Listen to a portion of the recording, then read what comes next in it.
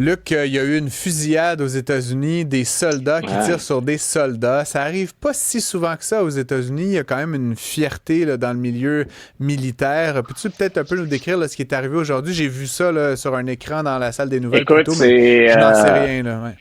on en sait relativement peu finalement. Sinon, ce que tu disais, on a déjà dit hein, sous l'administration Biden que la gestion des armes à feu aux États-Unis, c'était une question de santé publique. On en était là. On ne tient plus tout à fait le même langage, genre pas du tout sous Donald Trump. Mais là, Évidemment. ça frappe sur une base militaire. Et au 21e siècle, c'est la troisième fois qu'il y a ce genre de fusillade. Fort heureusement, aujourd'hui, s'il y a fusillade, on parle de blessés. Donc, ce sont 5 militaires qui ont été affectés. Il faut dire que le prévenu tirait avec une arme de poing, donc moins de risque, j'imagine, de faire des dommages qu'avec une arme semi-automatique comme celle qu'on voit malheureusement si souvent dans ce genre d'incident-là. Et ça semble être un jeune militaire. On parle de moins de 30 ans. C'était 28 ans. Donc, Hmm. ça sort au compte-gouttes. Hein. On a arrêté l'individu en question. On a dirigé les blessés vers les services médicaux. Mais ça tombe vraiment au compte-gouttes, les informations là-dessus. Sinon, ce qu'on peut en dire, c'est la troisième fois de façon importante que ça se produit sur une base militaire depuis, écoute, je pense que c'est 2005 ou 2009, le premier de ces incidents-là au 21e siècle. C'est quand même une triste affaire, évidemment. Ouais, Sinon, je voulais un peu te parler de... Bon, on parlait de l'histoire là, de redessiner la carte au Texas. Certains ouais, des démocrates là, qui ont fui l'État se sont réfugiés en Illinois, dont le ouais. gouverneur Pritzker là, est peut-être en train de devenir un peu comme la voix du Parti démocrate. Il a géré un cabinet là, de capital d'investissement. Il était chez Colbert, là, évidemment, Yeah, hier, je ouais. pense. On peut peut-être écouter d'ailleurs un petit segment là, de Oui. quelques secondes. Fellow Democrats, for far too long, we've been guilty of listening to a bunch of do nothing political types who would tell you that America's house is not on fire, even as the flames were licking their faces. J'aime bien Donc ça, l'image. c'est... Hein?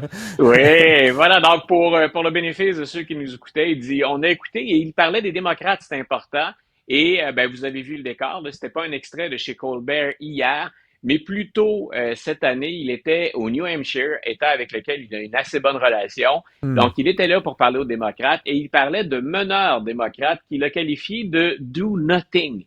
Donc, que des gens de parole finalement, que du vent, personne pour faire le travail de terrain, puis il dit de ces do nothings. Ils vont vous dire que la maison n'est pas prise en feu, même quand les flammes lèchent leur visage. Donc, traduction libre et rapide de ce que vient de dire J.B. Pritzker.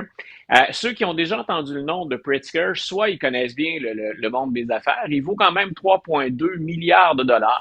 Est-ce que c'est un milliardaire qui pourrait être un sauveur ou le prochain héros démocrate? Il faut savoir que s'il est milliardaire, il est également très progressiste. Il est Hmm. populaire chez les démocrates, populaire en Illinois. Mine de rien, il termine son deuxième mandat de gouverneur. C'est le premier gouverneur depuis fort longtemps, d'ailleurs, démocrate, qui va finir un deuxième mandat. Les autres ont fini en prison. Donc, l'Illinois a une réputation assez particulière au plan électoral quand on parle de ses gouverneurs. Et il est même sur les rangs parce qu'on ne limite pas le nombre de mandats en Illinois pour les Hmm. gouverneurs. Donc, il est même sur les rangs pour sa propre succession. Donc, il va demander l'année prochaine un troisième mandat. Donc, ce n'est pas rien. Si vous en avez entendu parler, donc, c'est soit par le monde des affaires, c'est soit parce que son nom a circulé comme candidat à la vice-présidence. Donc, on sait que c'est le gouverneur du Minnesota, M. Hmm. Walz, qui a reçu finalement L'honneur. Ouais. l'embrassade de Mme Harris. Pritzker était sur les rangs et on l'aimait bien pour son franc-parler, pour son approche pragmatique, même s'il est progressiste. On discutait ce matin, par exemple, du prochain maire de New York en disant avec Mme Dany, on est peut-être très, très à gauche. Ce n'est Ouais. pas de ce genre de progressisme dont on parle quand on parle de Pritzker. Donc, c'est quelqu'un qui a des Non. origines plus modestes. Puis c'est quelqu'un qui est progressiste au sens, j'ai envie de te dire, traditionnel du terme. Ouais, Parce ouais. que on va avoir besoin d'un cours de terminologie bientôt en politique américaine parce qu'il y a des étiquettes qui ont changé un peu Oui, de ben, sens. Hein, l'interprétation varie. Mais oui, au Québec aussi, j'aurais envie de te dire, oui, oui, je suis, je sais c'est pas si vrai. tu as suivi un peu, je suis pris dans une tourmente gauche-droite là, depuis 48 heures. Effectivement, il y a quelques termes parfois à redéfinir un peu partout. Tout à fait. Je voulais terminer en parlant de la Russie. Hein. Donald Trump a donné un ultimatum, Ouais. chiffre sorti d'un roulement de dés de 12 jours à Vladimir Poutine pour arrêter la guerre. En fait, je sais pas trop ce qu'il attendait exactement.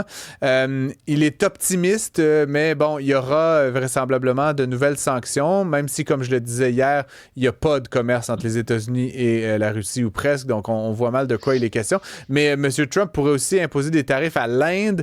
Bref, Voilà. explique-nous un petit peu là, où on en est dans cette histoire. Ben écoute, puis dans la dernière heure, ça a continué de circuler l'information. Il serait prêt à rencontrer dès la semaine prochaine Zelensky et Poutine. Est-ce que les deux hommes, les deux interpellés vont répondre positivement à l'invitation? Moi, je pense qu'on risque d'attendre Vladimir Poutine, qui a, lui, comme objectif de donner l'impression à Donald Trump qu'on continue de jaser, qu'on continue de discuter. Donc, mais Donald Trump a dit, moi, je suis prêt. Maintenant, ce sont encore des paroles de la part de Donald Trump. Quand il a parlé de sanctions à l'endroit de la Russie, là, tu l'as bien souligné, il a pas dit de quoi il s'agirait. Il a dit il pourrait y avoir des sanctions. Puis les sanctions, ça j'ai bien aimé que tu le rappelles, quand on n'a pas de relation commerciale, ou presque, ça donne quoi ces sanctions-là? Donc, il a déjà commencé à viser l'Inde. On va voir s'il va aller plus loin que ça ou s'il va l'appliquer avec l'Inde, parce qu'il a dit je vais leur imposer un 25 de tarif supplémentaire parce que l'Inde achète du pétrole à la Russie. On avait évoqué ça tous les deux, je pense, notre première semaine de collaboration cet été. Il avait laissé planer cette menace-là de s'en prendre aux pays qui font affaire avec la Russie. C'est un sacré panier de crabes pour les États-Unis de toucher l'Inde parce qu'avec l'Inde, on a de meilleurs rapports et on a plus de transactions au total avec l'Inde. Et l'Inde a dit, nous, on n'a pas l'intention de rompre nos relations avec la Russie, donc on verra ce que ça peut donner. Mais il a laissé en même temps une marge de manœuvre à l'Inde en disant, je vous impose 25 mais ils ne vont s'appliquer que c'est tout près de 21 jours, là, c'est tout près de 3 semaines. Donc, encore là, j'ai l'impression que Vladimir Poutine gagne du temps.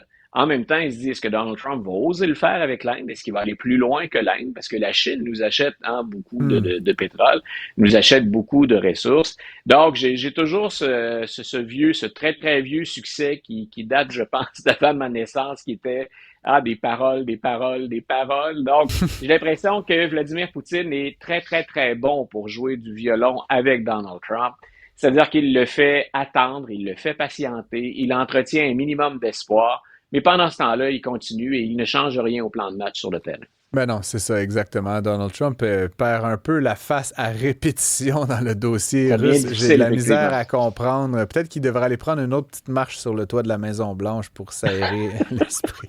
Le- C'est peut-être la nouvelle salle de presse maintenant. Il n'aime pas ouais, les journalistes. Pourquoi pas le toit de la Maison-Blanche? J'ai vu quelqu'un qui a fait un dessin, c'était comme un balcon, là, comme Péronne, là, tu sais, comme il pourrait s'adresser à son peuple, là, tu sais, tel un empereur. Bref, triste affaire. Merci Luc, on se retrouve demain.